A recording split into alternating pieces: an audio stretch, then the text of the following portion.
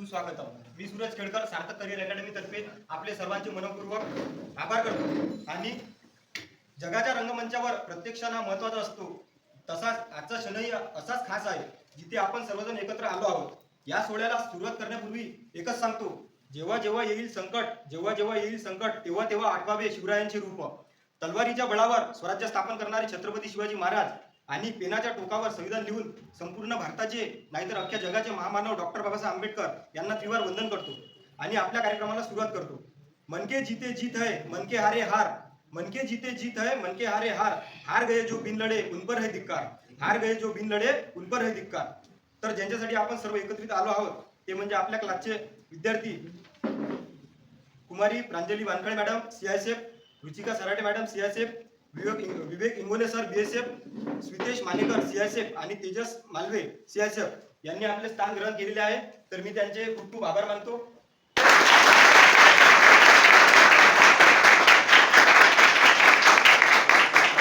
त्यांचे SSC GD मध्ये selection झाले आहे. आणि तर मी सर्वांना अशी विनंती करतो की त्यांनी छत्रपती शिवाजी महाराज आणि डॉक्टर बाबासाहेब आंबेडकर यांच्या प्रतिमेचं पूजन करावं. तसेच विनय सर आणि श्रीकांत सर यांना सुद्धा अशी विनंती करतो की त्यांनी प्रतिमेचं पूजन व हारार्पण करावं.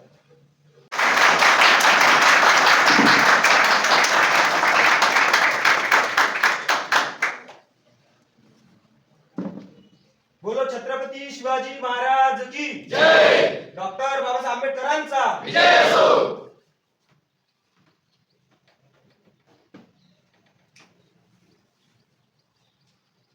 डॉक्टर बाबासाहेब आंबेडकर यांच्या मते स्वतःवर विश्वास ठेवा आणि पुढे जात राहा असे संदेश देतात. आणि महाराज म्हणतात, प्रत्येक लढाईत आपण संयम आणि धैर्याने हे जिंकता येते, त्यामुळे स्वतःवर विश्वास असू द्या.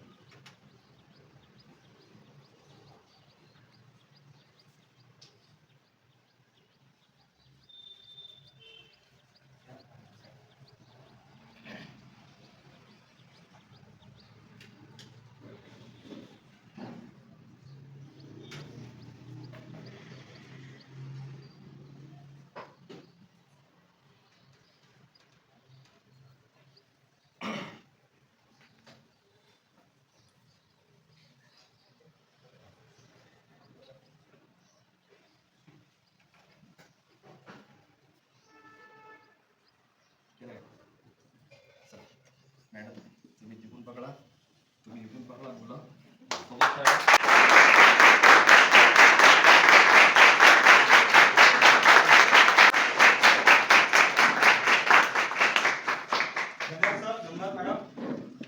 संघर्षाशिवाय कधीच काही नवीन निर्माण झाले नाही आणि होणारही नाही. आणि आज जे आपल्या समोर बसले आहेत ते आपल्यातलेच. आपण रोज सोबत प्रॅक्टिस आणि अभ्यास करणारे आणि त्यांनी संघर्षावर आणि परिस्थितीवर मात करता आज ते यशाच्या दारात जाऊन उभे आहे. तर त्यांनी केलेल्या संघर्षाचा विजय आणि विजयाचा गुलाल हा उधळायलाच हवा.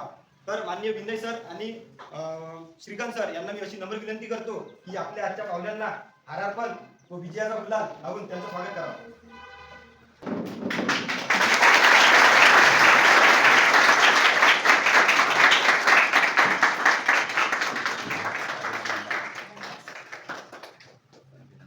बोलो भारत माता की जय. बोलो भारत माता की जय. वंदे मातरम. वंदे मातरम.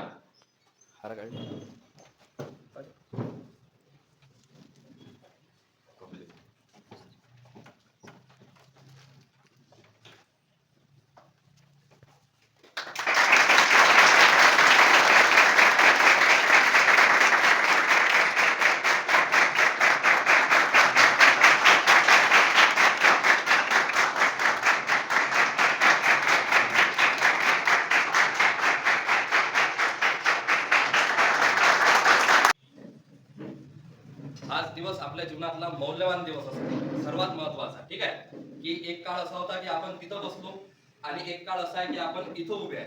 आणि हा जो गॅप आहे, आता तसा जर पाहिला आपण तर हा गॅप कमी आहे, पण संघर्षाचा जर आपण गॅप पाहिला तर हा काय भरपूर मोठा आहे. समजलं? हाच गॅप आपल्याला पूर्ण करून इथं उभं राहणे हाच प्रत्येक विद्यार्थ्याचा जीवनातला काय असला पाहिजे, एक महत्वाचा निश्चय असला पाहिजे की आज मी सत्कार करतो, उद्या माझा सुद्धा काय झाला पाहिजे, सत्कार झाला पाहिजे. ठीक आहे. धन्यवाद सर. आज एक विद्यार्थी नाही तर एक सैनिक उभा आहे. आज एक विद्यार्थी नाही तर एक सैनिक उभा आहे. स्वप्न नव्हे प्रत्यक्ष इतिहास घडत आहे. स्वप्न नव्हे प्रत्यक्ष इतिहास घडत आहे. क्लास नाही संपूर्ण देशाचा अभिमान आहे. क्लास नाही संपूर्ण देशाचा अभिमान आहे. देशाच्या सेवेसाठी निवड म्हणजे सन्मान आहे. देशाच्या सेवेसाठी निवड म्हणजे सन्मान आहे. धन्यवाद सर. संघर्षाशिवाय कधीच काही नवे निर्माण झाले नाही आणि होणारे नाही. संघर्ष करण्याची संधी त्यांनाच मिळते ज्यांच्यात खरी लढण्याची ताकद आणि जीवनात संघर्ष या शब्दाला महत्व नाही पण संघर्ष करणाऱ्याला महत्व आहे. भले यशस्वी होण्याची खात्री नसेल परंतु संघर्ष करण्याची प्रेरणा नक्कीच असली पाहिजे. तर जास्त वेळ न घेता मी आपल्या प्रमुख पाहुण्यांचं मनोगतावर वळतो. ज्यांच्यामुळे मुलींना शिकण्याची संधी मिळाली किंवा मी सर्व करू शकलेली आहे, इथे उभी आहे. शिक्षणाचे आद्य दैवत महात्मा फुले, सावित्रीबाई फुले आणि भारताचे शिल्पकार भारतरत्न डॉक्टर बाबासाहेब आंबेडकर यांच्या प्रतिमेला नमन करून माझी मनोगताला सुरुवात करते. आता मनोगत असं आहे की चांदूर बाजारमधून सर 75% लोक मला ओळखतातच. काही लोक नावाने ओळखतात, काही चेहऱ्याने ओळखतात. उलट मी काही लोकांना ओळखत नाही पण ते मला ओळखतात. कारण म्हणजे खूप वर्ष झालेले आहे. जेवढे वर्ष कोणालाच झाले नसेल तेवढे सर मला झाले आता. हे सर्व माझ्या मागचे लोक आहेत. चांगली गोष्ट आहे. मलाच वेळ लागला, ते बरोबर लागलेले आहे त्यांच्या वेळेनुसार, वेळाने लागली मी. आणि वर्ष म्हणजे वेळ इतका लागलेला आहे की 9 वर्ष पूर्ण झाले. आता हे 10वं वर्ष चालू आहे. त्यातले कोरोनामध्ये गेले 2-3 वर्ष. पण ठीक आहे, कोरोनामध्ये गेले, त्याच्यात कोरोनाची काही चुकी नाही आहे, आपलीही चुकी नाही आहे. पण आपली चुकी एवढी होती की कोरोनामध्ये सर्वांनी सर्व काही सोडलं. मी अभ्यास कमीच केला होता पण चालू होता घरी. कारण सर्वात जास्त काळजी मलाच होती की कोरोना आला आता कसं होणार. काळजी अशी होती की परिस्थिती नव्हती, म्हणजे परिस्थिती नाजूकच आहे, काही इतकी चांगली नाही आहे. बाबा हँडिकॅप आहे, माझी आई घरगुती कामाला जाते, भाऊही कामाला जातो आणि बहिणी आहे, त्या आपापला कोर्स करतात, कोणी शिक्षण करते. तर परिस्थिती नाजूकच आहे. कारण आजच्या काळामध्ये चार लेकरं असणं म्हणजे खूप याचीच गोष्ट आहे. त्यामध्ये मी मोठी आहे सर्वात, माझ्या बहिणी लहान आहे, भाऊ पण लहानच आहे. म्हणून काळजी अशी होती की नोकरी नाही लागली तर कसं होणार. कारण की आपल्याकडे काही प्रॉपर्टी नाही आहे आणि ज्याच्याकडे प्रॉपर्टी असते तो कधी इथे येत नाही. तुम्ही माझ्यासारखे आहे, उलट माझ्यापेक्षा थोडेसे चांगले असणार, माझ्यापेक्षाही कमी असणार. मी असे म्हणत नाही की माझीच परिस्थिती वाईट होती. पण असं असते की मनात जिद्द असते तर करून दाखवावं लागते. कारण मला हे माहीत होतं की मुलींना हे माहीत असते की लग्न झाल्यावर त्यांचं सर्व चांगलं होणारच आहे. कारण त्यांना दुसऱ्याच्या घरी जावं लागते. मुलांवर जास्त जबाबदाऱ्या असतात. कारण त्यांना दुसऱ्याची पोरगी घरात आणणं आणि तिच्या सर्व आयुष्याची काळजी घेणं हे रियालिटी आहे. जरी मी मुलगी असून मुलांना जर श्रेय देत आहे तर ही रियालिटी आहे सर्वांची. आणि असं आहे की एक मनात जिद्द ठेवली, संयम ठेवला, सातत्य ठेवलं आणि मॅडमनं आज त्यांचं म्हणजे शिखर गाठलं. खरंच खूप खूप अभिनंदन मॅडम तुमचं. तर यानंतर मी अंजली वानखेडे मॅडमना 2 शब्द बोलण्यास आमंत्रित करतो.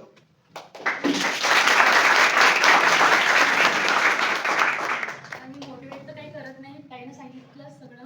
मी माझा संघर्ष सांगते. जरी टाईम जरी कमी लागला आम्हाला तरी त्याचा संघर्ष खूप मोठा आहे.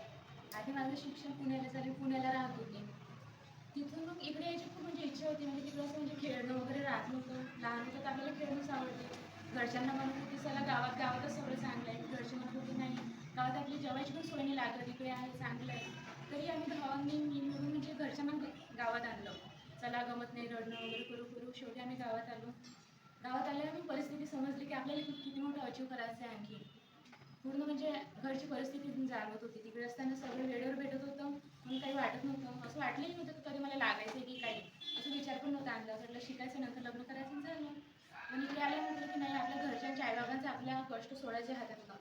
मी जेव्हा जन्मली नव्हती तेव्हापासून माझे आईबाबा कष्ट करत आहे तर आणखी पण करतच आहे.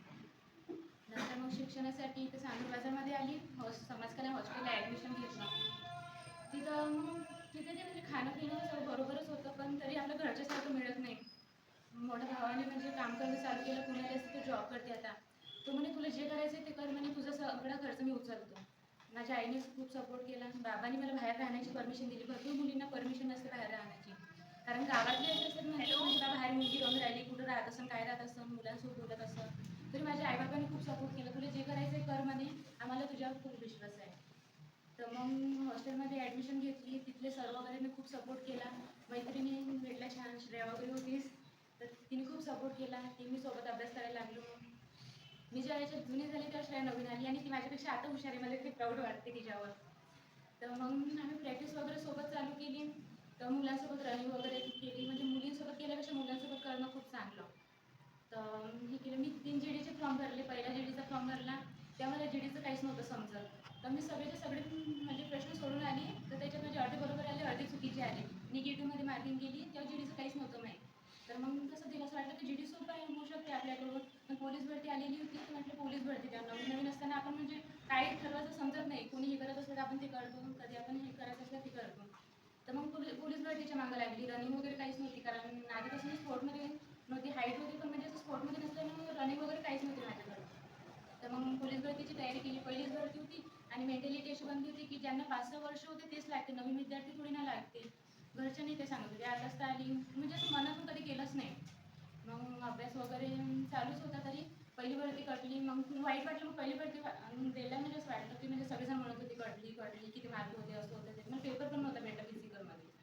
तर मग दुसरी भरती, मग जीडी झाली, ते भरती झाली तरी जीडीचा आला, तर म्हटलं अभ्यास करा, जीडीचं चालू करून द्या. डिसेंबरमध्ये जीडीचा अभ्यास चालू केला आणि फेब्रुवारीमध्ये जीडीचा पेपर होता. 2 महिने दिवस रात्र केलं, मार्किंग वगैरे चांगली आली आणि तेव्हा जीडीची लिस्ट कमी जात होत्या. तसं वाटलं की येऊन जाईल माझं नाव. तर मग जीडीची पूर्ण प्रोसेस म्हणजे हे केलं, अभ्यास वगैरे. तर मेडिकल भेटलं, फिजिकल भेटलं, डॉक्युमेंट्स वगैरे सगळं ताईसोबतच होती. ताईने एका बहिणीसारखी साथ दिली. की घरच्यांना कधी फिजिकलला कधी सोबत नेलं नाही, कारण आपल्याला माहिती आहे की आपले हाल किती होते तिथं, आणि ते घरच्यांचे कसे करा. ताईच्या भरोशावर चालू होती, ताई एकदम म्हणजे बहिणीसारखं सपोर्ट केला तिने. आणि तिने मग फायनल लिस्टमध्ये कटली आणि जीडीची पूर्ण प्रोसेस पूर्ण महिनाभर चालते. तर यार म्हटलं आता आपलं पूर्ण वर्ष व्हायला गेलं आणि माझं असं होतं ग्राउंड केलं तर अभ्यास बन, अभ्यास चालू असला तर ग्राउंड कर, असं म्हणजे मी दोन्ही चालू नव्हते. तर माझी खूप विकनेस होती, कारण दोन्ही होतच नव्हतं. आणि त्याच्यातच जीडीची भरतीसाठी म्हणजे ग्राउंड चालू केलं, तर आपल्या ग्राउंडचं काम चालू होतं. तर हे मी रोड रनिंग आणि रेल्वे स्टेशनच्या पायऱ्या मारल्या, वेट जास्त होतं आणि त्याच्यात हे कडक फ्लोअरवर मारलं, तर त्याच्यामुळे माझ्या पायाचा प्रॉब्लेम निघाला. आणि जीडीचं ग्राउंड भेटलं होतं मला 2023चं. तर आता काय करायचं, तर 1 महिना राहिला होता ग्राउंडसाठी. तर सकाळची प्रॅक्टिस आणि सायंकाळची सरांचा ग्रुप लावला. सर म्हणे काही नाही होत म्हणे, कर म्हणे तू येऊन जाते म्हणे. मग सरांनी खूप प्रॅक्टिस करून घेतली आणि जीडीचं ग्राउंड निघालं. त्याच्या मागं कशी धावत होती, निघून गेलं. पायात म्हणजे ते डोक्यात ठरवलं होतं आपल्या तर पायाचा प्रॉब्लेम आहे, आपलं थोडी ना ग्राउंड निघणं असं होईल, आपलं पाय दुखते, आपण सगळ्यांच्या मागं सरळ बसत असतं करू म्हणजे ती मेंटॅलिटी मी ठरवून ठेवली होती की आपल्या पायाचा प्रॉब्लेम असं करून. आणि पूर्ण वर्ष ते हे झालं. मग वर्ष पूर्ण घालवलं ट्रीटमेंटमध्ये, कधी परतवाड्यात, कधी अमरावतीला MRI वगैरे काढला. तर ते म्हणे की तू ग्राउंड बंद करून दे म्हणे आणि असं बसणं वगैरे बंद कर, पूर्ण असं बंद करायला लावलं ग्राउंड वगैरे. तर मग ह्या म्हणजे कसं पोलीस भरती ही आपली पिढी हे दलदल याच्यातून निघताच येत नाही. तसं आपल्याला ते कोण काय म्हणून काय होईल, तर त्याच्यामुळे मी कधी निघाली नाही याच्यात. म्हटलं नाही, जे होईल ते बघितलं जाईल. जीडीचा पेपर आला, लायब्ररीमध्ये बसून म्हणजे डिसेंबर पूर्ण वर्ष गेलं होतं. तर डिसेंबरमध्ये परत चालू केलं मी. लिस्ट लागली, माणसं मिळली, तर त्याच्यानंतर कळली माहीत झालं.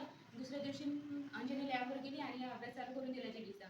20 फेब्रुवारीला पेपर होता. ते 2 महिने भेटले मला अभ्यासाला, दिवस रात्र केला अभ्यास आणि त्याच्यात खूप चांगले मार्क भेटून गेले. आणि त्याच्या दुसऱ्या दिवसापासून मग ग्राउंडला तयारी केली. म्हटलं आता यावेळेला काही बहाणा करायचंच नाही, पाय दुखते हे दुखते ते होते, जे होईल ते बघितलं जाईल, पाय दुखतं की काही हो. मग चालू करून दिलं, दिवस रात्र लॅबवर बसून राहत होते, अभ्यास ग्राउंड बंद केलं होतं. त्याच्यामुळे वेट पण वाढलं होतं. आता काय करा, मग सकाळचं ग्राउंड आणि सायंकाळची जिम चालू करून दिली. मुलांचा ग्रुप होता, त्यांच्यासोबत धावत होती आणि संध्याकाळचं जिम लावली होती. तर तिच्या ट्रेनरनं वगैरे डाएट प्लॅन वगैरे दिलं, मेहनत करून घेतली आणि वेट मग डायरेक्ट 18 किलो कमी होऊन गेलं माझं 6-7 महिन्यामध्ये. कारण जीडीच्या मेडिकलमध्ये पेपर फिजिकलपेक्षा मेडिकल खूप अवघड आहे. आणि माझ्या मागच्या वेळेचा मेडिकलचा एक्सपिरियन्स होता, तर माझं हिमोग्लोबिन वेट आणि एक्सरेचा प्रॉब्लेम होता. तर त्यामुळे आधीच ठरवलं होतं की यावेळेला आपण पॉईंट क्लिअर करून जायचे. तर मग पॉईंट क्लिअर करून गेली आणि हिमोग्लोबिन हे ते सगळं म्हणजे बाहेरचं खाणं आणि डाएट प्लॅन असं होता की आपण म्हणतो आपण पोटभर जेवलं नाही तर हे होईल ते होईल, वेट तसं होईल, रनिंग होणार नाही, असं काहीच नसतं. मी माझी पोळी पूर्ण सगळं बंद करून दिली होती. म्हणजे 6-7 महिने मी पोळीचा घास नाही खाल्ला. वाटीभर भात, सॅलेड वगैरे, फ्रुट्स, ड्रायफ्रुट्स हे खात होते. म्हणजे जे आपल्याला जेवढं शरीर लागते ते पूर्ण खात होती. त्यानं मी वीक नाही झाली. सकाळी ग्राउंडवर जात होती, तरी म्हणजे असं मग आता जवळ आलं ग्राउंड, तर मग 2 टाईम जिम चालू केली. सकाळी ग्राउंड. आयुष्यात जर यश प्राप्त करायचं असेल तर मित्रा, रडावं नाही तर लढावं लागतं. तर मॅडमनं आपल्याला सांगितलंच. आणि स्पर्धा परीक्षा युगात सपोर्ट घरच्यांचा असो, मित्रांचा असो, खूप महत्त्वाचा आहे. म्हणजे सोबत किती आहेत हे महत्त्वाचं नाही आहे, पण अडचणीच्या काळात कोण उभं राहतं हे महत्त्वाचं आहे. तर धन्यवाद मॅडम. तर यानंतर मी विवेक इंगोले सर, BSF यांना आमंत्रित करतो. त्यांनी आपले 2 शब्द बोलावे.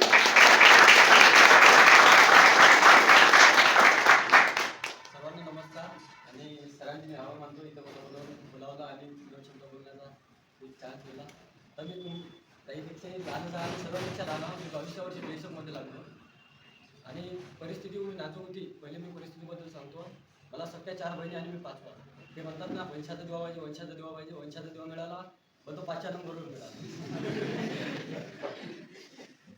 आणि आई बाबा घरी वावर नाही आणि माझ्या सर्व बहिणी ग्रॅज्युएट पास आहे. आणि 5 मुलांना शिकवणं हे लई मोठी गोष्ट आहे या काळात. तर मी 2022मध्ये या स्पर्धा परीक्षेच्या क्षेत्रात आलो आणि अभ्यास करायला लागलो. आणि 2023मध्ये मी इंडियन आर्मीमध्ये पेपर पास झालो, फिजिकल मेडिकल पास झालो. BMIमध्ये पडलो मी.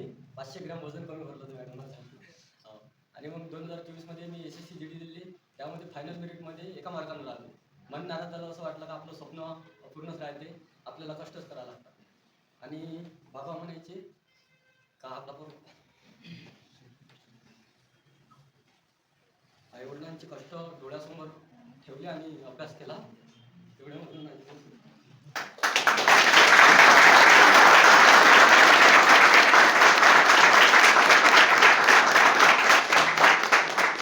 धन्यवाद इंगोले सर. जिथे जीवाची पर्वा नसते तिथे देशभक्ती असते. जिथे जीवाची पर्वा नसते तिथे देशभक्ती असते. आज त्या वर्दीचा मान वाढला आहे कारण आमचा विद्यार्थी सैनिक झाला आहे.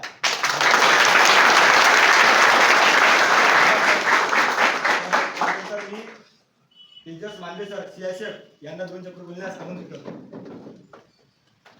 गुरुर् ब्रह्मा गुरुर् विष्णू गुरुर्देव महेश्वरा गुरु साक्षात परब्रह्म तस्मै श्री गुरुदेव नमः. मी तेजस मालवे, राहणार उदखेड. तर मी जास्त मोटिवेशन तर देणारच आहे, पण थोडी माझी कंडिशन सांगतो. मी आधी सुरुवातीला सगळ्यात पहिले 10वी पासआउट झालो. त्यानंतर 11वी 12वी सायन्स केलं. त्यानंतर मला समजत नाही होतं की काय करायचं, कसं म्हणजे कशी स्टडी करायची, कसं प्रिपरेशन करायचं, कोणत्या एक्झामचं प्रिपरेशन करायचं, काही समजत नव्हतं. त्यानंतर मी BSc ला ॲडमिशन केली. पण तो BScचाच अभ्यास एवढा होता की याच्यात मला टाईमच नव्हता भेटत. त्यानंतर कोरोना पण लागला होता. कोरोना लागला ते तरी बरं झालं की माझा कोरोनात BSc निघून गेला. आणि त्यानंतर अभ्यास पूर्णपणे सुटून गेला होता.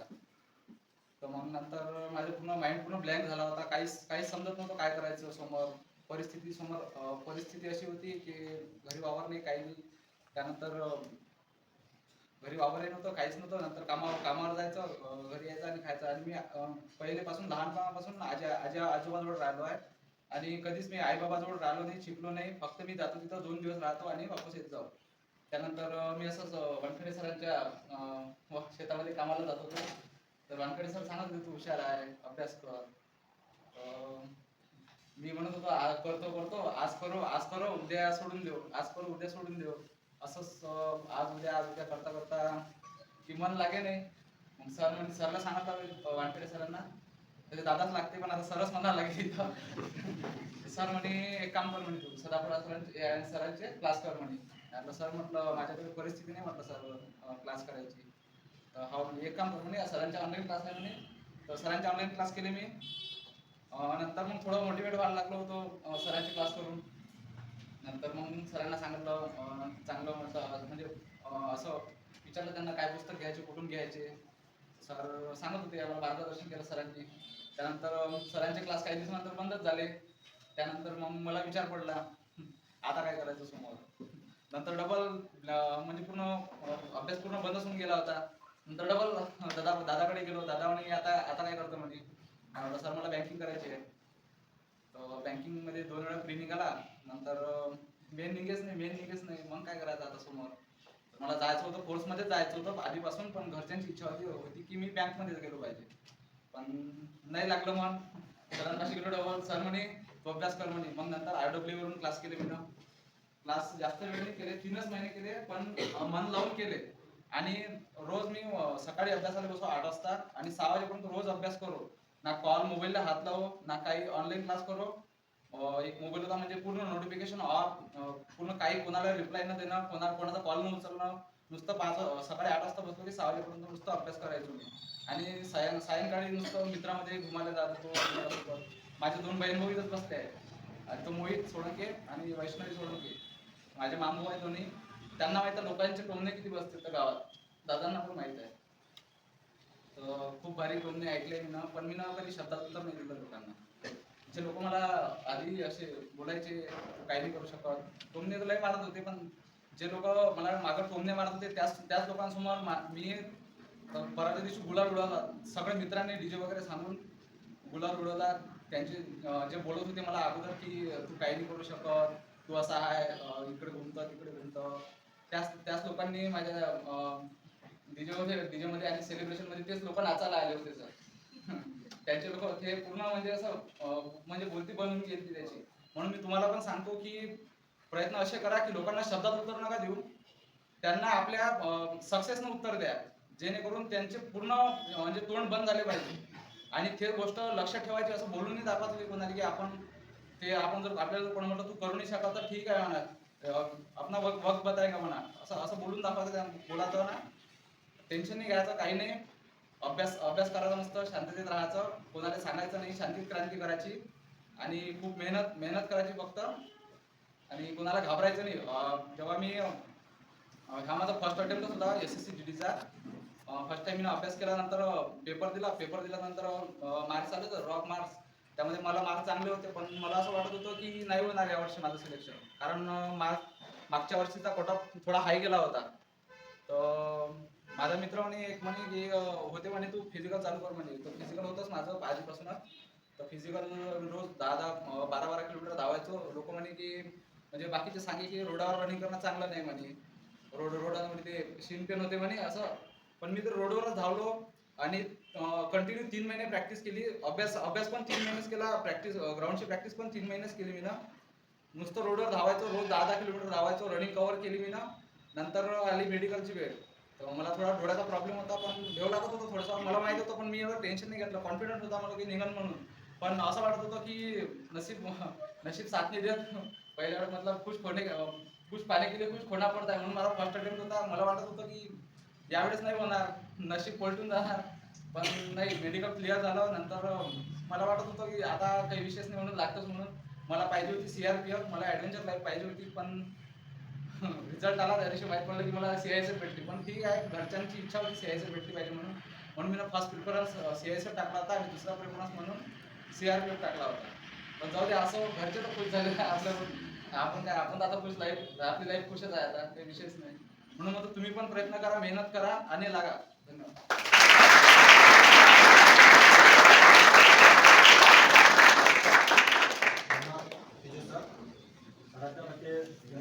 जे संपादित करायचं असेल तर आपले योजना मुक्त असायला हव्या.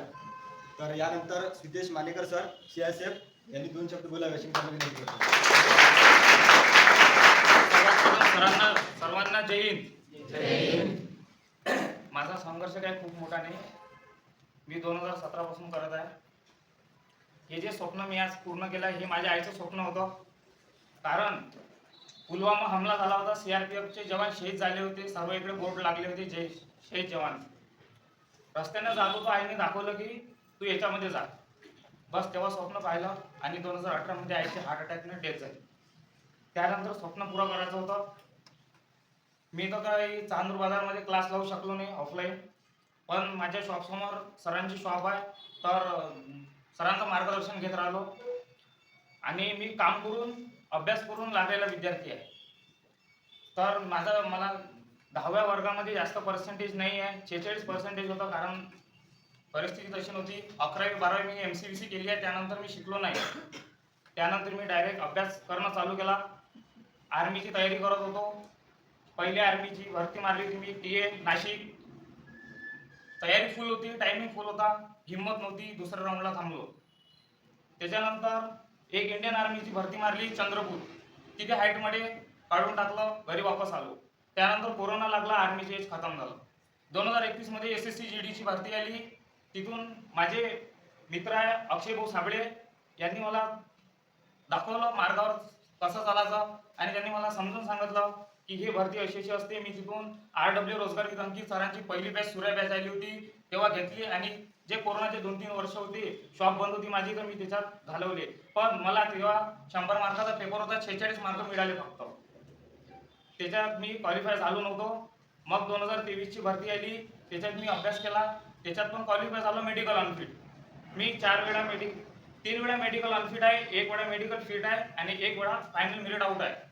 CRPF ट्रेडमॅन आणि SSC GD 2024 सीआरपीएफ ट्रीटमेंटमध्ये मी एका मार्कानं फायनल मेरिट आउट झालो होतो आणि SSC GD 2024 मला BSF भेटली असती, पण ओव्हरवेटच्या कारणामुळे मी अनफिट झालो होतो. दोन्हीही रिझल्ट एका दिवशी आले. माझं खूप मन तुटलं, कारण सोबतचे सर्व मित्र लागले होते. प्रबोधिनी लायब्ररीमध्ये अभ्यास करत होतो. मॅडमनं मला मार्गदर्शन, तेव्हा आमची फर्स्ट ओळख झालेली होती. मॅडमनं समजून सांगितलं, काही नसते सर, असं तसं समजून घेतलं. त्यानंतर आता हे 2025ची जी SSC GD ची भरती आहे, त्याच्यामध्ये मी अभ्यास केला.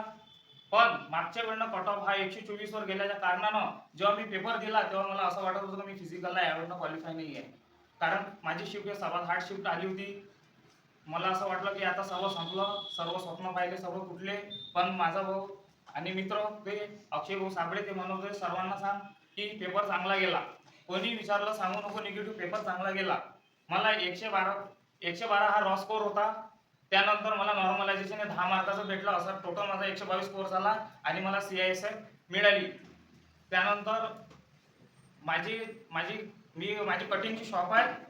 मी 12 वाजेपर्यंत काम करायचो. माझ्याकडे असं प्रेशर नव्हतं काम करायचं, पण तरी एक उत्सुकता राहते, मित्र राहते, ते वाट बघते की तुझ्या हातानंच कटिंग करायची आहे काय. जसे नवीन सर आहे ठाकरे, ते पण माझे मित्र क्लासमेट आहे. तर 12 वाजेपर्यंत काम करायचो. त्याच्यानंतर 4-5 वाजेपर्यंत अभ्यास करायचो आणि अजून आणखी काम करायचो. फक्त मी फिजिकलला हे GDचा पेपर निघाल्यानंतरच ग्राउंडवर यायचो. तुम्ही मला बघितलं नसाल क्लास वगैरेवर, पण सरांचे मोठे बंधू जे आहे ते आमच्या गावचे जावई आहे आणि त्यांचा जो शाळा आहे तो माझा जो मित्र आहे, त्यांची पण निवड झालेली आहे ग्रॅज्युएट टीचर्स MPSC मार्फत महसूल साहेब. काल माझा सन्मान समारोह होता. सर पण आले होते आणि सर्व मॅडम वगैरे पण आल्या होत्या. पण तो माझा जो मित्र होता संघर्षात प्रज्वल टिक्कस, तो काही कारणामुळे येऊ शकला नाही, कारण त्याला सुट्टी मिळाली नाही. थोडंसं वेगळं वाटलं, पण काही मजबुरी असते, नाही येऊ शकत. पण मी एक सांगतो सर्वांना, मी जेवढ्या वेळेस पडलो, मला तेवढ्या वेळेस BSF मिळाली असती किंवा CRPF मिळाली असती. पण ज्या पोस्टमध्ये आपलं भविष्य लिहिलं आहे, जोपर्यंत ते भेटत नाही तोपर्यंत तुम्हाला ते भेटत नाही. जसं मॅडमने 10 वर्षानंतर CISF भेटली. मॅडम कधी वयात वेटिंगवर राहिल्या, कधी कुठं वेटिंगवर राहिल्या, का जिथं काही कारणही नव्हतं वेटिंगवर राहायचं तरी मॅडम वेटिंगवर राहिल्या. काहून का त्यांचं जे भविष्य होतं ते CISF मध्ये होतं. जोपर्यंत ते त्याच्यात आल्या नाही तोपर्यंत त्यांना ते मिळाली नाही. तसंच माझं पण आहे, जोपर्यंत मी CISF मध्ये आलो नाही तोपर्यंत मला पण ते मिळाले नाही. त्या गोष्टीवर मला एकदम विश्वास बसला आहे. आणि जे लोक म्हणते किस्मतच्या भरोशावर लागला, किस्मत चांगली होती, असं काही नाही आहे. 75 लाख फॉर्म भरले गेले होते SSC GD मध्ये मागच्या वेळेला. त्या 75 लाख मधून 54 लाख पोरं हे पेपरला बसले होते. त्याच्यातून 4 लाख पोरं हे फिजिकलला क्वालिफाय झाले आणि 95,000 पोरं हे मेडिकलला क्वालिफाय झाले ना. Final select 50,000. महाराष्ट्रासाठी फक्त 2,000 जागा आहे आणि त्या 2,000 जागांमध्ये पण ह्या सर्वांनी यश मिळवलं आहे. आणि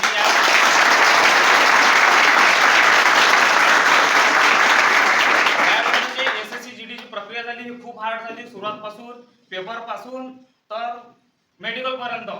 ग्राउंड असं होतं 356 मीटरचा एक ग्राउंड होता. 14 राऊंड मारायचे होते. तिथं फिजिकली तर पाहिजेच होतं, पण मेंटली पण स्ट्रॉंग पाहिजे होता पोरगा. यांनी काही जण खूप फेल झाले आहे. तुमच्या क्लासवरचा विद्यार्थी आहे तो पण बोरमाडे, तो माझ्याच बॅचला होता, पण तो काहीतरी सेकंद न राहिला. दुःख वाटलं. सोबतच होतो आम्ही. तिथे एवढं पाणी चालू होतं की समोरचा विद्यार्थी धावताना दिसेना आणि एकदम छोटासा ट्रॅक होता आणि ट्रॅक हा एक चौरस होता. स्पीड वाढवायला गेलो का स्पीड कमी करावं लागे. पोरं पण आडवे येत होते, चिप आणि सर्व. त्याच्या कारणानं जेव्हा आमची बॅच लागली सर्व वातावरण नॉर्मल होतं. एवढी ऊन तपली, रात्रीपासून काही खाल्लं वगैरे नव्हतं. त्याच्या कारणानं आमची बॉडी डिहायड्रेट झाली होती. तरी पण आता एवढे मार्क्स असल्यानंतर धावा लागते हा माइंडमध्ये ठेवून ते रनिंग क्वालिफाय केली. आणि मग मेडिकलची प्रोसिजर होती. ते मेडिकल पण एवढे हार्ड झाले. मला टोटल 5 दिवस मेडिकलला लागले. 1 नंबर डॉक्टर आहे. जेव्हा मेडिकलचा लास्ट झालं तेव्हा समजला डॉक्टर किती खतरनाक होता. असे पॉईंट दिले मुलांना की ते पॉईंट अक्षरशः होते नाही. आणि मला पण काही 1-2 नॉर्मल पॉईंट आहे ज्याने मी मेडिकल अनफिट होतो, मी ते कव्हर करत गेलो. कॉन्फिडन्स येत गेला. आणि 12 मधून आम्ही फक्त 3 जण हा फायनल रिझल्ट CO साहेबांना फक्त 3 जणांना अलग बसून ठेवलं. बाकी जणांना अलग बसून ठेवलं. असं वाटलं आम्ही अनफिट वाला आहे आणि फिट वाले, पण आम्ही फिट वाला होतो. आम्हाला म्हणे तुम लोग फिट हो चुके हो, कल से गेट के अंदर आना नहीं, चले जाओ. आणि इनको मेडिकल देऊन दिलं होतं. त्याच्यानंतर मेडिकल दिल्या आम्ही तिघं जण चालू आलो घरी आणि बाकी माझ्या नंतर तर मॅडम चालू होतं, मॅडमना मार्गदर्शन चालूच होतं कसं काय चालू आहे. पण माझं म्हणणं एकच आहे, सर्वजण म्हणते, लय लोक म्हणते किस्मत चांगली आहे, कोणीही मानू नका किस्मत नसते. किस्मत फक्त 1% असते, पण ती किस्मतच आपल्याला चांगल्या गोष्टींवर नेते, जे आपल्या आयुष्यात लिहिलेले आहे तिथं नेऊन पोहोचवते. त्याच्या कारणाने मी एक वाक्य म्हणतो, किस्मत साथ तब देती है जब मेहनत हद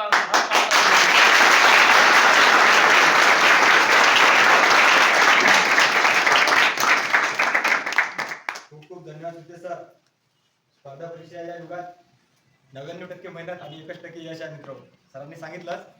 तर प्रत्येक वेळेस आपण ज्या ट्रॅकवर चालतो आणि मनात काही अडथळा येते, तर तो अडथळा दूर करण्यासाठी आपले गुरु आपल्या पाठीशी उभे असतात.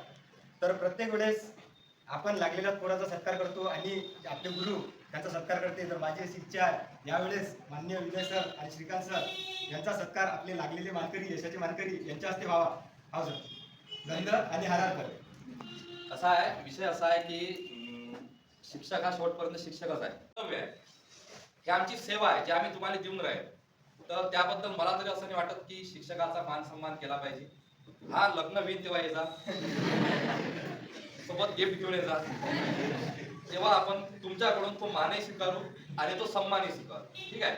तर याबद्दल थोडस मी नाही म्हणतो, सॉरी त्याबद्दल. ठीक आहे. आपला मेन आपल्यासाठी विद्यार्थी आहे आणि तुम्ही आहे. तुमचा मान, तुमचा सन्मान याच्यावरच आम्ही शिक्षक आहे.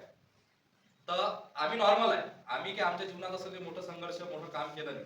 जिथं आम्हाला असं वाटलं की इथं आपल्याला शिकणं बंद करायचं आहे आणि आपल्याला शिकवणं सुरू करायचं आहे, तिथं आम्ही शिकणं बंद केलं आणि काय केलं, शिकवणं सुरू केलं.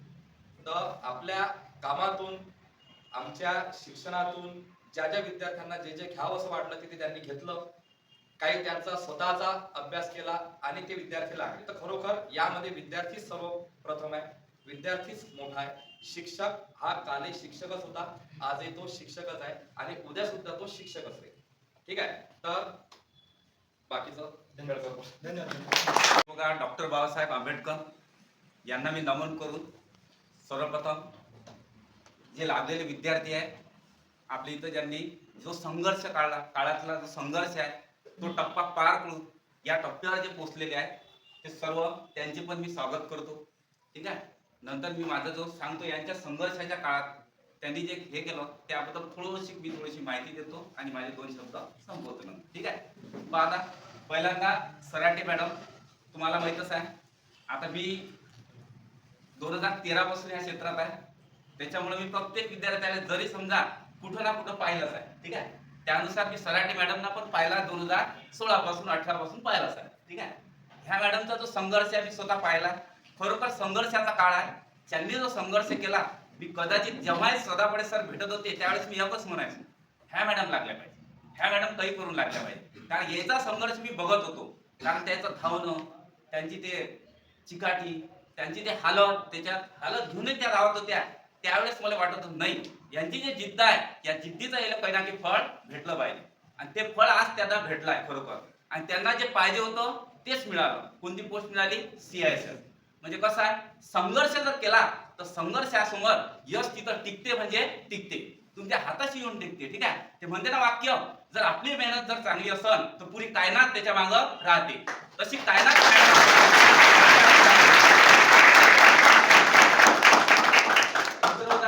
रामदेव वानखेडे मॅडम, त्या पण नेहमी प्रॉब्लेम लावलं का माझ्या लिगामेंटचा प्रॉब्लेम आहे, बरोबर आहे. हा लिगामेंटचा प्रॉब्लेम असतोच. पण त्यांनी कसं एक मनामध्ये असं ठरवलं होतं का मला लिगामेंटचा प्रॉब्लेम आहे. ठीक आहे. त्याच्यामुळे कसं त्यांनी असं मनात धरून ठेवलं होतं. पण हे जर त्यांना काही दिवसांना समजलं का नाही, हे आपल्या मनातच आपण ठरवून ठेवलंय तर आपल्याला लिगामेंटचा थोडासा काय प्रॉब्लेम आहे, बरोबर आहे. ते मनातून काढलं. त्यांना पण त्या संघर्ष केला. त्या संघर्षातून त्यांनी पण CISF पोस्टिंग मिळवली. त्यांचं पण आपण हार्दिक स्वागत करूया. तिसरं उदाहरण आपले मानेकर सर. ठीक आहे. यांची पण खूप मेहनत आहे. यांची आता सरांनी मला काल सांगितली, यांची एक मेहनत म्हणजे ऐकण्याजोगती खरोखर आहे. किती मेहनतीनं बा लागासाठी किती मेहनत करावी लागते हे एक उदाहरण आहे. ठीक आहे. आई वडील म्हणजे आई नसताना या संघर्षातून बहिणीला शिकवणं, वडिलाचा सांभाळ करणं आणि या दृष्टिकोनातून अभ्यास करणं, काम करणं, हे करून नोकरी काढणं हे सोपं काम नाही आहे. ठीक आहे, ती नोकरी काढली सोपं काम नाही आहे, तुम्ही लक्षात घ्या. CISF त्यांनी पण काढली, त्यांचं पण स्वागत झालं पाहिजे.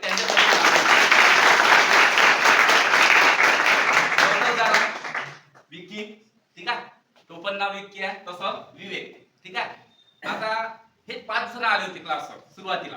ठीक आहे, एक आठवले, इंगळे आणि विकी, अजून एक जण आहे कोणतरी. ठीक आहे, असे 5 जण होते. 5ही जण सुरुवातीपासून यांचा संघर्षच आहे. ठीक आहे, हे 2000 माझ्या क्लासवर 2016 पासून होते. ठीक आहे, 16 मध्ये हे सांगतो तुम्हाला, पहिले आमचा एक हॉल होता पोंडे कॉम्प्लेक्स. कधी अंगावर पडून वरचा पोपला काही सांगता येत नव्हतं. तिथं सरांनी पण क्लास घेतले आहे. त्यामध्ये सरांच्या क्लासमध्ये मॅडम पण होत्या, प्रांजली वानखडे मॅडम पण, सराटे मॅडम पण. यांना पण माहित आहे कधी वरचा पोपळा पडून कधी आपलं काम दबावी काही सांगता येत नव्हतं. ठीक आहे, अशा काळात पण यांनी पण एक संघर्ष केलाय. त्यामध्ये हाय विद्यार्थी होता. ठीक आहे, आणि त्याच कॉम्प्लेक्स मध्ये. ठीक आहे, तिथून हे समजा जे अर्धे विद्यार्थी तिथून घडलेले विद्यार्थी आहेत. ठीक आहे, म्हणजे यांचा संघर्ष खूप मोठा आहे. ठीक आहे, एक शिकण्याचा यांच्या संघर्षातून. आणि आठवले लागला, आठवले सर तुम्ही पाहिलं असेल मागच्या वर्षी. ठीक आहे, नंतर इंगोले, हे दोघांची प्रेरणा सोबत असल्यामुळं यानं पण एक मोठी प्रेरणा घेतली, मोटिवेशन घेतलं. यानं सांगितलं की बा मी कोणत्या परिस्थितीतून आलो, घरची परिस्थिती कशी होती. ठीक आहे, जरी माझं म्हणणं हे आहे, आपल्याला घरची परिस्थिती जरी नाजूक असली, जर तुमच्या मनात जर ठाम निश्चय असेल तर तुम्ही काही करू शकता. बरोबर आहे, तुमच्या मनात ती गोष्ट ठसली नाही पाहिजे, माझी परिस्थिती नाही आहे, मी कसं करू, काय नाही. ठीक आहे, तुम्ही तो थोडासा विषय बाजूला करा आणि जो तुम्हाला अडचणी आली त्याचं तुम्ही सोल्युशन काढा. बस सोल्युशन कोणतं आहे, सोल्युशन काढलं समोर निघाले. तुम्हाला सांगतो, नोकरी तुमच्या हाताशीच येईल. तुम्ही काय करता, त्या गोष्टीला मेंटली हे करून घेता, ते मेंटली काढून टाका. तिथं डायरेक्ट तुमचा विषय करा, कसा सॉल्व्ह झाला पाहिजे हे पहा. तुम्ही मेंटली घेऊन नका बसू तो विषय. ठीक आहे, ते उदाहरण म्हणजे आता तुम्ही पहा, विकी त्याला पण खूप मेहनत केली आहे. त्या मेहनतीतून त्याला पण BSF ही पोस्टिंग मिळाली आहे. ठीक आहे, त्याच्यासाठी पण आपण जोरदार टाळ्या वाजवू.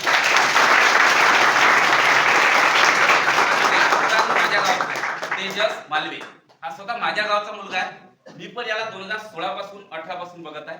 हाय रनिंगले सोबत माझ्या, म्हणजे हा आधी जाय रनिंगले, त्याच्यानंतर आम्ही जाऊ. ठीक आहे, याने स्वतः मेहनत केली आहे.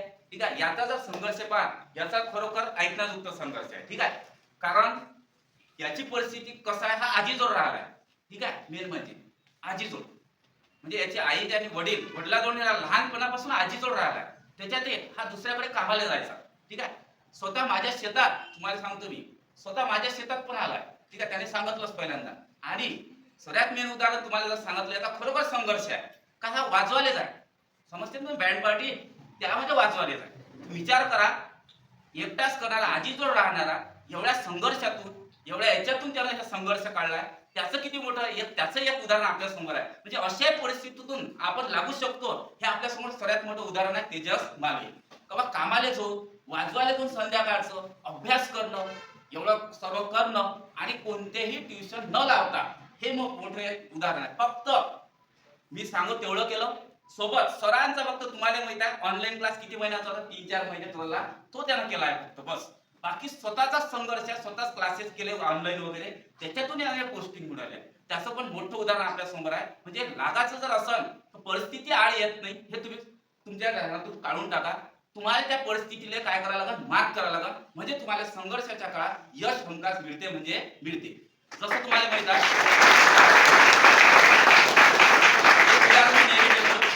नन्ही सी चिट्ठी जब दाना लेके चलती दीवारों पर बार बार गिरती, लेकिन कोशिश करने वालों की कभी हार नहीं होती. आपला कार्यक्रम संपला असा जाहीर करतो. सरले बोलायचं थोडंसं. ठीक आहे, प्रमुख पाहुणे आहे. ठीक आहे, तर सर्व लागलेले विद्यार्थी हे आपले प्रमुख पाहुणे आहे. तर आपण ते आल्याबद्दल त्यांचं खूप खूप आभार, अभिनंदन दोन्ही एकसाथ करू. त्यानंतर त्याची प्रतिक्रिया तुम्ही सर्व विद्यार्थ्यांनी ऐकली, मन लावून काहीतरी तुम्हाला त्याच्यापासून घ्यायचं आहे, त्याबद्दल तुमचे पण भरपूर आभार. पहा कसं आहे की सर्वप्रथम या विद्यार्थ्यांनी नोकरी नाही काढली. नोकरी तर प्रत्येक जण काढते, तर यांनी देशसेवेचा मार्ग निवडला. नोकऱ्या बऱ्याच प्रकारच्या आहेत, आलं लक्षात.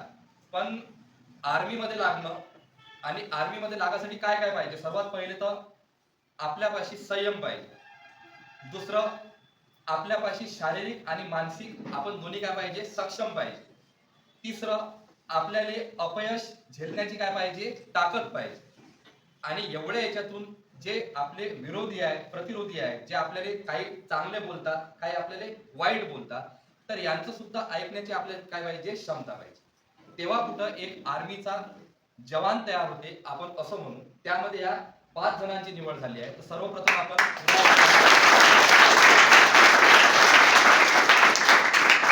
त्यानंतर आता मॅडमनं म्हटलं होतं, सराटे मॅडमनं, की पैसे भरून हा एक चांगला महत्वाचा पॉइंट आहे, की बऱ्याचशा विद्यार्थ्यांमध्ये एक संभ्रम असते. बरेचसे विद्यार्थी तयारी करत असताना, जसं तलाठी जास्त करून तर MPSC वाल्या विद्यार्थ्यांमध्ये जास्त संभ्रम आहे की पैसे भरून विद्यार्थी लागतात. आता पहा, तुमच्या सोबतचे, तुमच्या आजूबाजूला बसणारे, तुमच्या सोबत ग्राउंडवर फिजिकलची तयारी करणारे, आतापर्यंत लागलेले आणि आज लागलेले विद्यार्थी, यापैकी कोणत्या विद्यार्थ्यानं पैसे भरले? एकाही विद्यार्थ्यानं पैसे भरलेले नाही. समजलं? तर हा संभ्रम जो आहे आपल्या मनातला, की पैसे भरून विद्यार्थी लागतील, सर्वात पहिले हा तुम्ही सोडून द्या. जो भरत असेल 30 लाख, 40 लाख, 50 लाख, तर 1000 मधून एखादा विद्यार्थी असते जिथं सेटिंग लागते आणि त्याच्यापाशी एक्स्ट्रा पैसे असते. आपल्यापाशी आहे काय? आपल्यापाशी तर आपली परिस्थिती सध्या अशी आहे की क्लासचे पैसे द्यायला फी नाही आहे. बरोबर आहे? 5 संपते तर 5 जर समजा 10 तारखेला संपत असेल तर आपल्याला 3-4 तारखेपासूनच हुरहुर लागते की 10 तारखेला काय संपते आपली, 5 संपते. बरोबर आहे?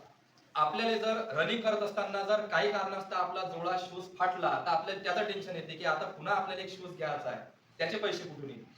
बरेच वेळा तर असे विद्यार्थी आहे की काही गोष्टी संपूनही त्याच्यावर कितीतरी काळ जाऊ देते. जसं बूट फाटला, त्याच्या चिंध्या होईपर्यंत ते रनिंग मार, नंतर कुठे घेते, कारण की परिस्थिती नाही आहे आपली. आपण सर्वसामान्य आहे, बऱ्याच गोष्टी घ्यायच्या असते पण आपले पैसे नसल्या कारणाने आपण त्या गोष्टीला दाबतो. कारण की आपण सर्व आहे सर्वसामान्य वर्गातले, आपण सर्व आहे अशा परिस्थितीतले की आजपर्यंत आपली परिस्थिती बदललेली, पण हे परिस्थिती आपल्याला बदलायची. बरोबर आहे? त्याच्यासाठी तुम्ही इथे येऊन राहिले, त्याच्यासाठी तुमचा हा संघर्ष चालू आहे. आणि या संघर्षामध्ये तुम्हाला कोण साथ देते, कोण साथ नाही देत, फॅमिलीचा सपोर्ट आहे, मित्रमंडळीचा सपोर्ट आहे, सपोर्ट असते. पण काही काळानंतर जर आपल्याला लागायचे वर्ष, आपला काळ वाढला तर त्याच्यातला एक सपोर्ट काय होत जाते, मग कमी कमी. मित्र सुरुवातीला सपोर्ट करते, नंतर म्हणते की जाऊ दे, हेच चालू आहे, कधी लागणे आहे, मग मित्र कमी होऊन जाते. फॅमिली सपोर्ट असते 2 वर्ष, 3 वर्ष, 4 वर्ष. त्यानंतर फॅमिलीने कुठेतरी असं वाटते की 4-5 वर्ष झाले, अजून किती वर्ष घेईल, आता यानं कमवायला लागला पाहिजे, कुठेतरी त्याच्या मनात असते. एवढं मोठं सपोर्ट जो आपल्याला सुरुवातीला असते, कालांतराने तो खतम होते. मग त्याचं आपल्यावर एक टेन्शन असते. म्हणजे हे टेन्शन घेऊनही आपल्याला अभ्यास करायचा आहे. एवढ्या याच्यातून आपल्याला एक नोकरी काढायची आहे जिथं तुम्हाला स्वतःला काय करायचं आहे, सिद्ध करायचं आहे. आणि सिद्ध करूनच तुम्हाला इथून काय व्हायचं आहे, जा. आता या प्रवासामध्ये एक टाइम लिमिट आहे मेन. प्रत्येक विद्यार्थ्यांना तर एक टाइम लिमिट स्वतःला द्यायला पाहिजे. 2 वर्ष, 3 वर्ष, 1 वर्ष, एवढ्या वर्षापर्यंत मला कोणती ना कोणती इथून नोकरी काढायची आहे, काही ना काही इथून घ्यायचं. एक टाइम लिमिट फिक्स असला पाहिजे. मग त्याच्यानंतर जर त्याला एक्स्ट्रा टाइम भेटत असेल, समजा जर त्या वर्षात त्यानं अचीव नाही केलं आणि जर एक्स्ट्रा टाइम भेटत असेल तर त्या टाइमावर त्यानं एक विशेष कार्य केलं पाहिजे की नाही, 3 वर्षाचा टाइम लिमिट होता, 3 वर्षात मी एवढ्या परीक्षा दिल्या, मी नाही लागलो, आता मी अजून 1 वर्ष घेतो. पण ह्या 1 वर्षात जे मी 3 वर्षात केलं, जे प्रॅक्टिस मी 3 वर्षात केली, जो अभ्यास मी 3 वर्षात केला, जे प्रयत्न मी 3 वर्षात केले, त्या 3ही वर्षाचा एकत्रित प्रयत्न, एकत्रित अभ्यास मध्ये या वर्षात लावायचा. म्हणजे मी 3 वर्षात नाही लागलो तो 4थ्या वर्षी. तर तुम्हाला तुमची कॅपॅसिटी वाढवायची. पण एक वाक्य फार चांगलं म्हटलं की 10 वर्ष लागले, व्यक्ती 6 महिन्यात लागते, व्यक्ती 10 वर्षात लागते. संयम, जिद्द, चिकाटी आणि या क्षेत्रामध्ये वेळ ज्या विद्यार्थ्यांना दिला, स्पर्धा परीक्षेनं त्या विद्यार्थ्याची वेळ बदलली म्हणजे बदलली. ठीक आहे? त्याचं उदाहरण म्हणजे मॅडम 10 वर्ष, त्यानंतर चेतन खुळे 10 वर्ष. जर या विद्यार्थ्यांनी सोडलं असतं, मागच्या वर्षी सोडलं असतं किंवा त्याच्या मागच्या वर्षी सोडलं असतं, तर आज या विद्यार्थ्यांना फोर्स मध्ये म्हणा, पोलीस मध्ये म्हणा, जीडी मध्ये म्हणा, नोकरी मिळाली नसती, देशाची सेवा करायला भेटली नसती आणि आपल्या स्वतःच्या बळावर उभं राहायचा चान्स मिळाला असता. ठीक आहे? म्हणून वेळ आहे तोपर्यंत तुम्ही प्रयत्न तुमचे करायला पाहिजे. हे वेळ अशी आहे की जर तुम्ही या वेळेने वेळ दिला तर हे वेळ तुमची नक्की येणारी वेळ बदलेल. सर्व कार्यक्रम वेळेचा, पण त्या वेळेला तुम्ही वेळ कशी देता हे महत्त्वाचं. आता कोणी 100% मनोरंजन करते, कोणी 50-50% करते, कोणी 30-60 करते, 30-70 करते, थोडाफार करत थोडाफार मजा मस्ती करत. तर असं नका हे ना, मग तुमचे वर्ष वाढ द्यायचं आहे ना 100% नाही द्यायचं आहे सोडून द्या, विषय संपला. पण एक गोष्ट नेहमी लक्षात ठेवता, ज्यानं वेळ दिला तो नोकरीवर लागला, ज्यानं सोडलं तो सुटला. समजलं? आता याच्यातले बरेचसे विद्यार्थी, आता ह्या मॅडम दोन्ही जुन्या आहेत, यांनी गणित आणि रिजनिंगची बॅच केली. आता या कशा परिस्थितीत बॅच केली वानखडे सरनं सांगितलं, कोंडे कॉम्प्लेक्स मध्ये होत्या. ठीक आहे, खरोखर परिस्थिती खराब होती. दुपारची बॅच होती आपली, कितीची होती? 1 ते 3 ची बॅच होती दुपारची. उन्हाळ्यात बॅच होती. ठीक आहे, आता मॅडमने माहित आहे की पंखा चालू राहे मधातच बंद होऊन जाय, मला एवढा घाम आहे की पुरं ओलं ओलं होऊन जा. पण आपलं कर्तव्य होतं की आपण बॅच घेऊन राहिलो, एवढे व्यक्ती तिथं शिकायला येऊन राहिले, एवढं सफोकेशन होय की काही वेळेनंतर असं सोडून द्यावं लागेल की चालले जा आता, नाही तर म्हणून जा. लाईन नसते, कारण की वेळच तशी होती. कोंडे कॉम्प्लेक्स जर तुम्ही पाहिलं असतं, जे विद्यार्थी तिथून आले आहेत, जे लागले आहेत, ते खरोखर क्लास काय असते. क्लास म्हणजे तुम्हाला चांगला हॉल, चांगलं बोर्ड, एकदम लाइटिंग, शिकवणारा मास्तर एकदम खतरनाक. आम्ही तर कधीच खतरनाक नव्हतो. दाढी कटिंग आयुष्यात म्हणजे 3-3, 4-4 महिने करायचं नाही. ठीक आहे, असे म्हणजे स्वतःवर कधी वेळ दिला, कारण की आपल्याला ह्या गोष्टीचं भान होतं. आपल्याला फक्त एकच काम होतं की आपल्यापाशी येणारा विद्यार्थी आहे त्याला क्वालिटी भेटली पाहिजे, त्याने असं काही भेटलं पाहिजे की ज्यावेळेस तो पेपरले जाईल त्यावेळेस त्यानं आठवलं पाहिजे की हे आपलं झालं आहे, हे आपल्याला शिकवलेलं आहे, हे आपल्याला आलेलं आहे. ठीक आहे, फक्त याच्यावर मेहनत होती. आणि तेव्हा विद्यार्थी खरोखर त्या बॅचला येऊन बसे, म्हणजे कूलर लावला होता पण कूलर चालू नव्हता, कूलर मध्ये टाकायला पाणी नव्हतं, पाणी आणायला लागे कुठून, प्रहार ऑफिस मधून, तर काही सोयी सुविधा नव्हत्या. अशा सोयी सुविधेचा तुम्ही विचारही करू नका. तुम्हाला फक्त विचार करायचा आहे की क्वालिटी भेटली पाहिजे. क्वालिटी कायची भेटली पाहिजे तुम्हाला? शिक्षणाची. ठीक आहे, तर असा संघर्ष आहे. ठीक आहे, मानेकर साहेब, आता माझी वहिनी त्यांच्याच गावाची आहे, तर एक नातही लागते. ठीक आहे, त्यांचा म्हणजे माझ्या वहिनीचा भाऊ प्रज्वल टिक्कस, आता तो सुद्धा आला होता तर एवढाच होता या क्षेत्रात, बिलकुल कमी वयाचा, 18-19 मध्ये आला असून तो, त्याच वेळेस लग्न झालं, त्याच वेळेस ती ओळख झाली आमची. त्यानं तिथून त्याचा प्रवास सुरू केला. अतिशय कमी वेळेत योग्य मार्गदर्शनाखाली ड्यास रचित विद्यालय पाठवलं होतं, कारण की तो प्रॉपर एमपीएससीचा होता. तुम्ही म्हणतो ड्यास रचितच आहे, प्रॉपर गायडन्स घेईन आणि खूप लागून जाशील. ठीक आहे, तो ड्यास रचित गेला, तिथं क्लास केले, अभ्यास केला, नंतर वैयक्तिक अभ्यास केला आणि खरोखर 2 परीक्षेमध्ये तो 1-1 मार्काने कटला, पण 3ऱ्या परीक्षेमध्ये लागला. आता त्याची परिस्थिती म्हणजे माझ्या वहिनीच्या घरची परिस्थिती अशी मीडियमच आहे, साधारणच आहे. तर त्या घरचा तो एकटा व्यक्ती नोकरीवर लागला, त्या एका व्यक्तीच्या नोकरीवर लागल्याच्यानं आता ते पूर्ण घर सिक्युअर झालं, एवढा फरक पडतो. आता मानेकर साहेबांची गोष्ट सांगतो, त्याचंही शॉप आहे, आमचं शॉप एकमेकाच्या समोरच आहे. ठीक आहे, तर आई वारल्या, त्यानंतर एक बहीण आणि वडील. तर वडिलांचा सांभाळ करणे, बहिणीला शिकवणे आणि स्वतःला सिद्ध करणे, सोबत इन्कम करणे. हा इन्कम खूप महत्वाची गोष्ट आहे, लक्षात ठेवा. कारण की ज्या वयात तुम्ही शिकून राहिले त्या वयात इतर व्यक्ती कमावून प्लस शिकून राहिले, ह्या दोघांमध्ये फार फरक आहे. ठीक आहे, तर कमाई पण करणे, शिकणे पण आणि घरचा सांभाळ पण करणे. तर अशा कठीण परिस्थितीतून जर विद्यार्थी लागून राहिले तर आपल्याला तर सर्व गोष्टी भेटून राहिल्या, तर या गोष्टीचा विचार करायला पाहिजे. ठीक आहे, त्यानंतर आता याच्याबद्दल मी त्या दिवशी सांगितलं विवेक बद्दल की सर्वसामान्य 4-5 जणीचा ग्रुप, मेन लीड करणारा व्यक्ती, सपोर्ट करणारा व्यक्ती, त्याच्यातले काही लागून गेले. 2 वेळा कटला तो, 3 वेळा कटला, सॉरी 3ऱ्यांदा लागला, 2 वेळा कटला. अजून त्याचे 2 मित्र आहेत, ती तयारी करून राहिली. म्हणजे एक वातावरणही चांगलं पाहिजे, आपलं फ्रेंड सर्कलही चांगलं असलं पाहिजे. सर्व गोष्टी शिक्षकाच्या भरोशावर होत नसते, सर्व गोष्टी स्वतःच्या भरोशावर होत नसते, काही गोष्टी आपल्या मित्रमंडळीच्या भरोशावर होत असते. जर आपण मार्ग भटकत असाल, आपला मित्र जर चांगला असाल, तो जर आपल्याला सरळ मार्गावर पुन्हा आणत असाल, तर त्याच्यासारखा मित्र आपला दुसरा कोणता असतो. तर सर्व गोष्टी चांगल्या पाहिजे. ठीक आहे, त्यानंतर आपले सर, आता यांच्याबद्दल सरनं मला सांगितलं की माझ्या शेतात काम, त्याच्यानंतर बँड, म्हणजे विद्यार्थ्यांना आपली परिस्थिती जर सुधारायची असेल तर खडतर प्रवासातून तो ज्यावेळेस जाते त्यावेळेस त्याने समजते की आपल्याला हे परिस्थिती बदलायची. हे जर परिस्थिती आपण नाही बदलवली तर आपण आयुष्यात हेच काम करत जे आपण सध्या करू. तर मला तरी असं वाटते की बा या 5 जणांपेक्षा वाईट परिस्थिती तुमची नसेल. असं नाही ज्यांची तर त्यांनी तर यांच्यापासून फुल मोटिवेट व्हायला पाहिजे, तर हे लागले तर आपण लागू शकतो. मग परिस्थितीचा भाव करून चालणार नाही. आता ज्यांची परिस्थिती याच्यापेक्षा चांगली आहे तर त्याच्यासाठी तर 100% आहे, मग तुम्हाला तर लागतच आहे. कारण की हे जर थरथर प्रवासातून लागू शकते तर आपला प्रवास तर चांगला आहे. आपल्याला घरून सकाळ संध्याकाळ डब्बा भेटून राहिला, आपल्याला पासचे पैसे भेटून राहिले, आपल्याला क्लासचे पैसे भेटून राहिले. आपण आजपर्यंत कोणाच्या शेतात कामाला गेलो नाही. आपण आजपर्यंत आपल्याला महिन्याभराचा जर 1000, 1500, 2000 खर्च लागत असेल तर तो आपण कमावला नाही, आपल्याला घरून भेटून राहिला. म्हणजे प्रतिकूल परिस्थिती जर असेल आणि अशा परिस्थितीतून जर लागते तर अनुकूल परिस्थिती वाल्याने तर लागायलाच पाहिजे. आज हे 5 विद्यार्थी इथं बसले आहेत. माझी अशी इच्छा आहे की उद्या तुमच्यापैकी बरेचसे विद्यार्थी समोर आले पाहिजे. आता राहिला प्रश्न सत्कारचा.